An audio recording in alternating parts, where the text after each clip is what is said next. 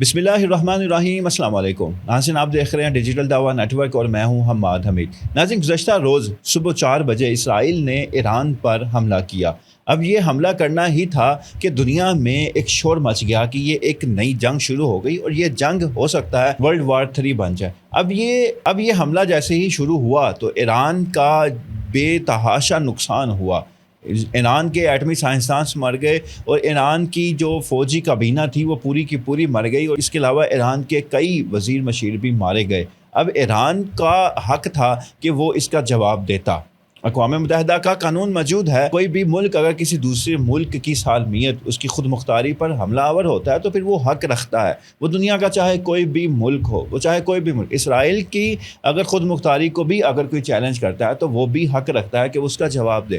اب اسرائیل نے حملہ کیا ایران کے اوپر، تو ایران نے اب رات کو جوابی کارروائی کی۔ اب جوابی کارروائی کرنے کے بعد اب دن کے وقت جو اس کے مناظر آئے، جو تصاویر وہ سامنے آئیں، اسکرین پر بھی آپ وہ مناظر دیکھ رہے ہیں، یہ مناظر غزہ کے، فلسطین کے نہیں ہیں، یہ اسرائیل کے مناظر ہیں کہ جب ایران کے میزائل تل ابیب گرے، اسرائیل کے دیگر شہروں میں گرے تو وہاں پر کیسی تباہی مچی۔ ایک عورت وہ روتی رہی، بلک بلک کر رو کر وہ بتا رہی تھی کہ میں نے یہ نیا گھر ہی بنایا تھا جو ایرانی حملوں میں تباہ ہو گیا۔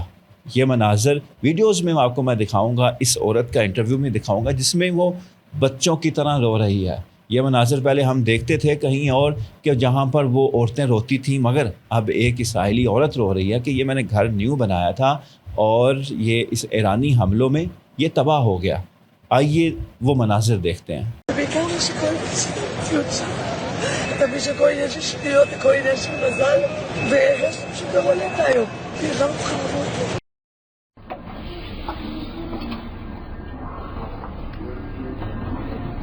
تابع الآن صور مباشرة من تل أبيب لمركبات أيضا تضررت جراء الصواريخ التي أطلقت إسرائيل، تحديدا المنطقة الأكثر تضررا هي منطقة تل أبيب الكبرى.